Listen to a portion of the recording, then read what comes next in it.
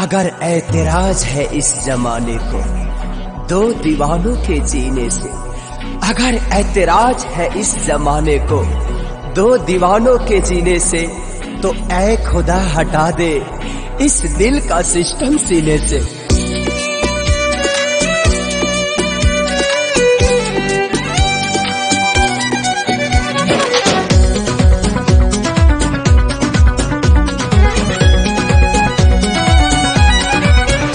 दुश्मन बनल जमाना, कैसे जिगी दीवाना।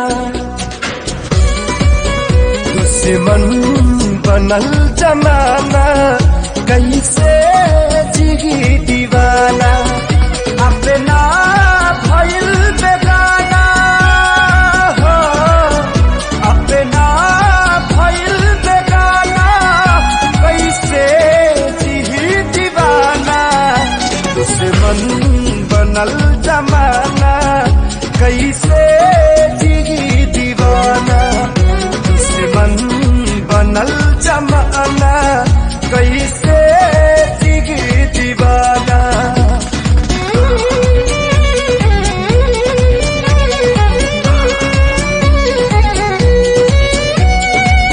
अगर गम मोहब्बत पे हावी ना होता, तो खुदा की कसम मैं शराबी ना होता।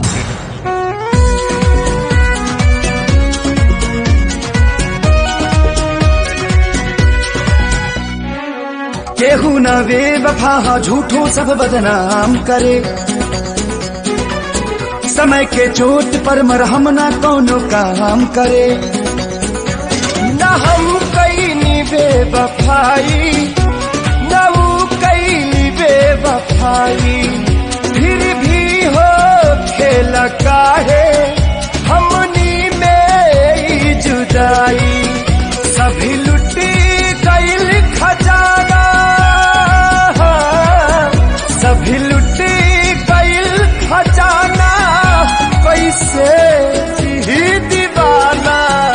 दुश्मन बनल जमाना, कैसे जिगी दीवाना। दुश्मन बनल जमाना, कैसे जिगी दीवाना।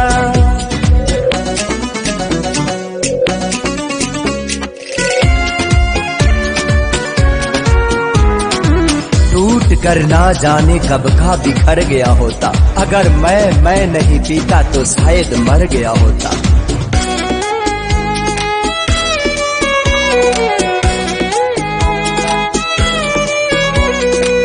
रास न आवे मोहब्बत काहे जमाना के, काहे ना होला बुरा हाल हर दीवाना के।